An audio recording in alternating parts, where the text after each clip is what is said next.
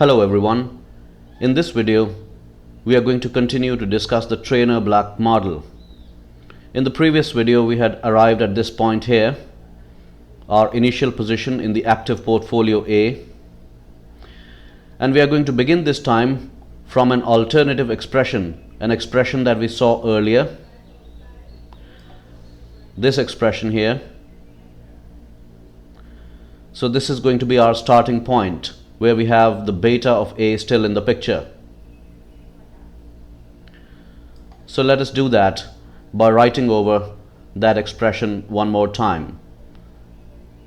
The initial weight on A is equal to alpha A divided by alpha A times 1 minus beta A plus Rm times the residual variance of A divided by the variance of M. What we are going to do now is to multiply the numerator and the denominator by variance of M. When we do that, this is what is going to happen. On the numerator, we are going to have alpha A times the variance of M, and in the denominator alpha A times 1 minus beta A times variance of M plus, when the variance of M is multiplied by this term here, it's going to drop out and we are going to have Rm times the residual variance of A. The next step is going to divide the numerator and the denominator by Rm times the residual variance of A, this item here. So let us divide. This is going to leave us with, on the numerator, we already have alpha A times the variance of M. Let us divide this by Rm times the residual variance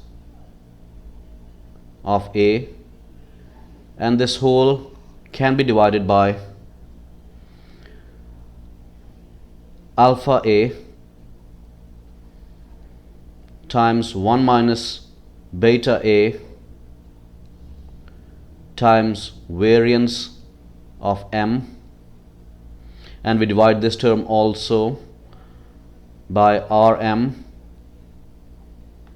times the residual variance of A plus, if we divide this term by this term, we are going to get 1. So let us write that here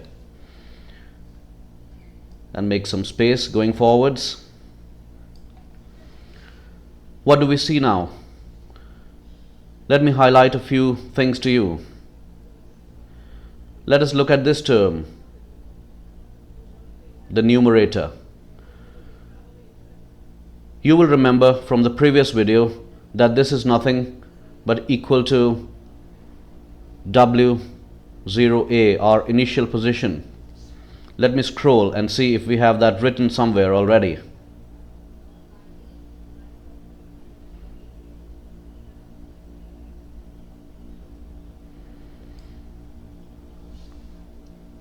This is where we have it, somewhere here.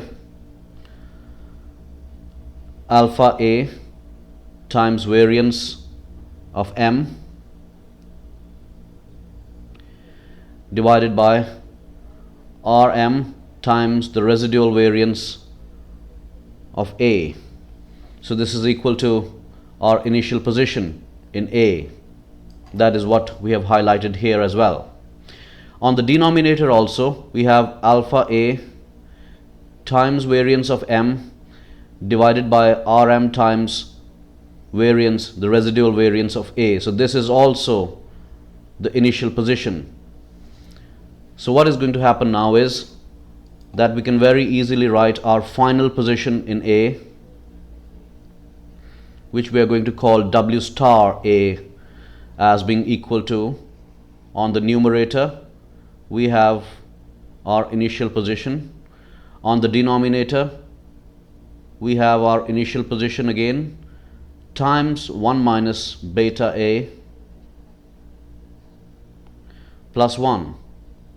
So once we know our final position in the active portfolio A, this means that the amount of money that should be allocated to the passive portfolio will have to be 1 minus W star A.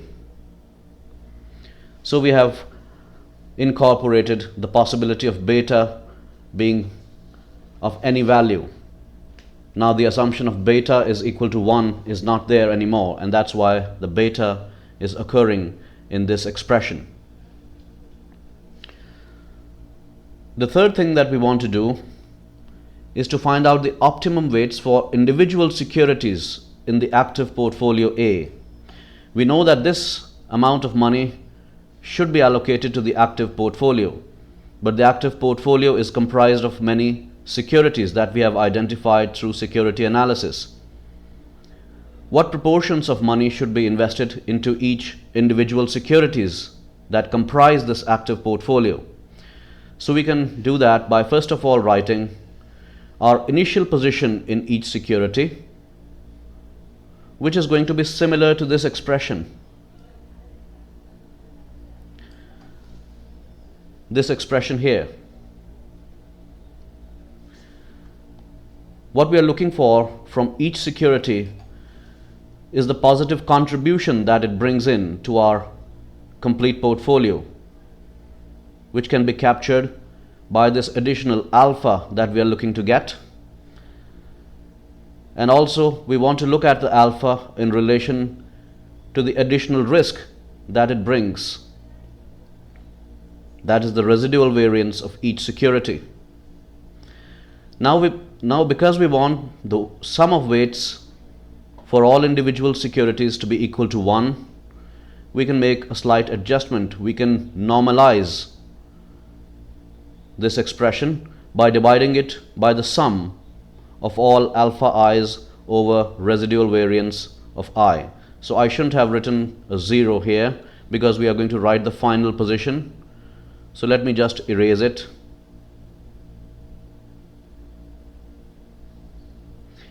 And write down the final position in each security. Wi is going to be equal to this expression here, and because we want the sum of weights to be equal to 1, we can divide this by the sum of all alpha i's over each security's residual variance. This is going to ensure that the weights add up to 1. So now we know the individual weight of each security. We are going to have to take one more step here to get the final weight on each security, which is going to be in proportion to our allocation to the active portfolio. So we are going to multiply that allocation here. This is what we want to allocate to the active portfolio, and multiplied by this whole expression again. So we are just going to copy that.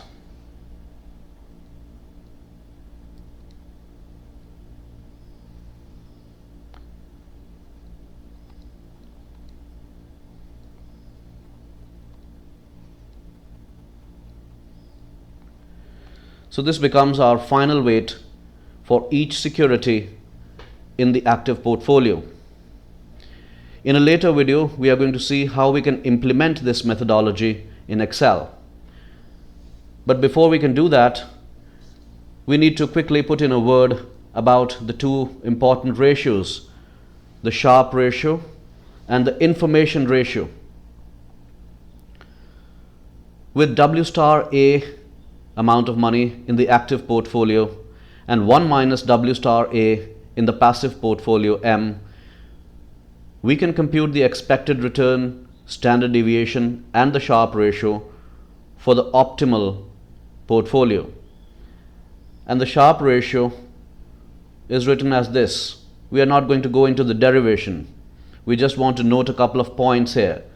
The Sharpe ratio of our optimal portfolio, which we have given a name P now, is going to be equal to the contribution that is coming from the passive portfolio plus this item here.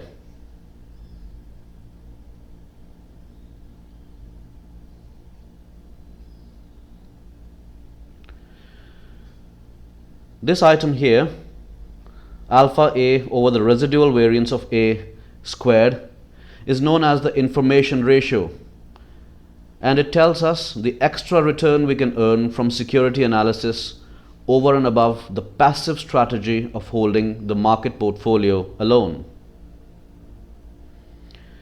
So we have completed the theoretical discussion on the Treynor-Black model. In a later video, we are going to take up some data and implement this model in Excel.